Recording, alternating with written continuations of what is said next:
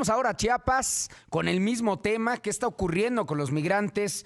Porque pues de allá vienen y ahí llegan en primera instancia desde Centroamérica, Sudamérica, y ahí tratan de retenerlos de alguna manera. La situación migratoria no es fácil ahí en Chiapas porque pues también a veces en algún momento los elementos de la Guardia Nacional pues tampoco son suficientes para toda esta oleada. Gaspar Romero, ¿cómo estás? Te saludo, muy buenos días, bienvenido. Buenos días, Atalo. Buenos días a tu auditorio. Efectivamente, Atalo, aquí la situación migratoria en el sur del país pues sigue siendo o se está poniendo de alguna manera crítica esto porque precisamente desde hace 24 horas el Instituto Nacional de Migración dejó de otorgar el formato migratorio múltiple para los migrantes que buscaban llegar a la frontera norte, o es decir, a la frontera de Estados Unidos con México. Te quiero comentar que lo único que hizo el Instituto Nacional de Migración, incluso desde la noche del jueves y la madrugada del viernes, es desmantelar el centro de atención profesional ubicado en el parque ecológico o de los Cerritos, ahí en el municipio de Tapachula.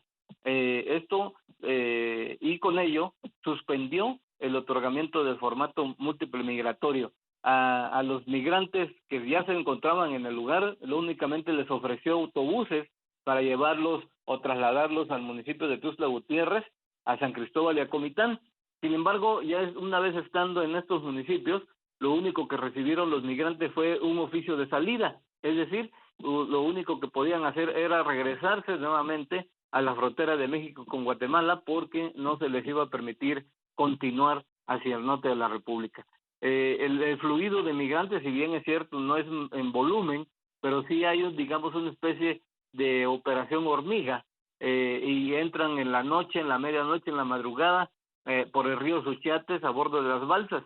Y a pesar también te quiero comentar que el presidente de la República había anunciado la presencia de la Guardia Nacional en el río Suchiate. Bueno, hasta ahorita no se observa un fuerte dispositivo de la Guardia Nacional. Lo que sí existe es la presencia de los elementos que ya de años anteriores pues se habían quedado en estos cruces improvisados por los balseros y por los guatemaltecos ahí en la línea fronteriza.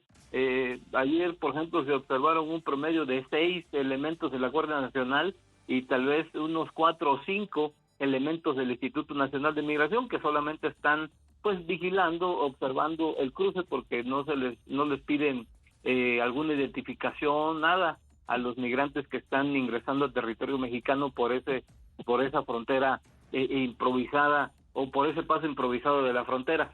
Estamos hablando de... Nos cortaron ahí finalmente el sistema automatizado, pero bueno, ya nada más para concluir, mi estimado Gaspar, desde Chiapas, entonces pues la situación está complicada ahí reforzando la frontera con Guatemala, ¿no?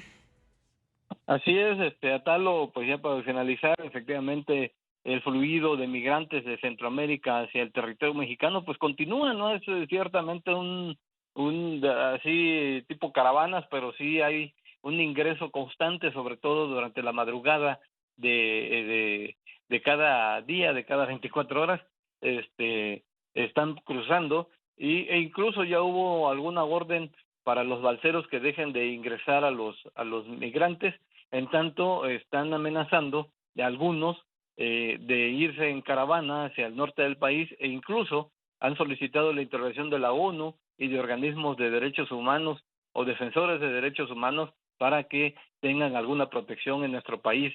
No quieren ser deportados, solamente están pidiendo nuevamente o exigiendo ya al gobierno mexicano que les dé el formato múltiple migratorio para que puedan seguir caminando por el territorio nacional, porque según ellos pues no se quieren quedar en México. Ese es el panorama, Atalo. Perfecto, muchas gracias, Gaspar, gracias por la información y estamos en contacto. Claro que sí, estaremos pendientes. Buenos días.